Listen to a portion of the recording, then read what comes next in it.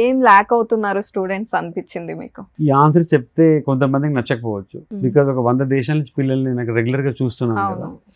So clarity లేకపోవడం is the biggest problem.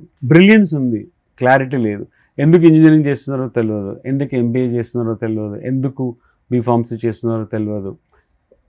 అలా వెళ్ళిపోతుంది, గో విత్ ద ఫ్లో లాగా జాయిన్ అయ్యి చదువుతున్నారు. మెజారిటీ అట్లా కనబడుతున్నాను నాకు. ఇంత అడ్వాన్స్ అయింది కంట్రీ, ఇంత టెక్నాలజీ ఉంది, ఇంత ఫెసిలిటీస్ ఉన్నాయి, వాటిని క్లారిటీ లేకపోవడం వల్ల సరిగా వాడుకోలేకపోతున్నారు.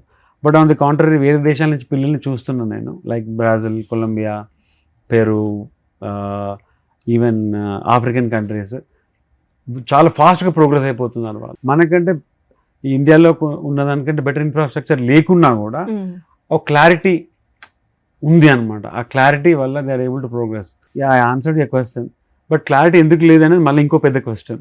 అంటే ఎందుకు లేదు అంటే ఇండిపెండెంట్ గా వాళ్ళు డెసిషన్ తీసుకుని చదవకపోవడమా, లేకపోతే ఏంటి అంటే లైక్ పేరెంట్స్ చెప్పిన చాయిస్ వాళ్ళు పిక్ చేసుకోవడమా? ఎందుకు క్లారిటీ మిస్ అవుతోంది? మనము డబ్బులు కట్టాలంటే ఆలోచించాలి. ఈ జాబ్ ఇస్తాము మేము, సెక్యూరిటీ డిపాజిట్ అని, ట్రైనింగ్ అని చాలా స్మార్ట్గా డబ్బులు తీసేసుకుంటారు అనమాట.